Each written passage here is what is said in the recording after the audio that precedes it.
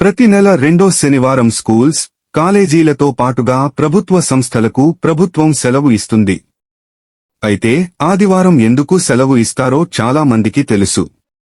కానీ రెండో శనివారం ఎందుకు సెలవు ఇస్తారో తెలుసా? భారతదేశంతో సహా అనేక దేశాల్లో ప్రతి నెల రెండో శనివారం బ్యాంకులకు, ప్రభుత్వ కార్యాలయాలకు, కొన్ని ప్రైవేట్ కంపెనీలకు హాలిడే. అయితే ఈ రెండో శనివారమే సెలవు ఎందుకు ఉంటుందన్న సందేహం మీలో చాలామందికి వచ్చే ఉంటుంది.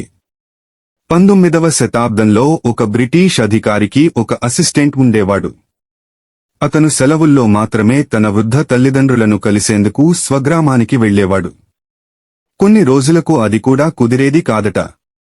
దీంతో అతని తల్లిదండ్రులే కొడుకును చూసేందుకు వచ్చేవారు. ఈ విషయం తెలుసుకున్న బ్రిటిష్ అధికారి ప్రతి నెలలో రెండో శనివారం అతని స్వగ్రామానికి వెళ్లటానికి సెలవు ఇచ్చాడట. దీంతో అప్పటినుంచి బ్రిటిష్ ప్రభుత్వం అధికారికంగా రెండో శనివారం సెలవును ఇవ్వడం ప్రారంభించింది. స్వతంత్రం తర్వాత కూడా భారత ప్రభుత్వం ఈ రెండో శనివారం సెలవును అనుసరిస్తూనే వస్తోంది. ఈ వీడియో నచ్చితే లైక్ చేసి, కామెంట్ చేసి, సబ్స్క్రైబ్ చేయండి. ధన్యవాదాలు.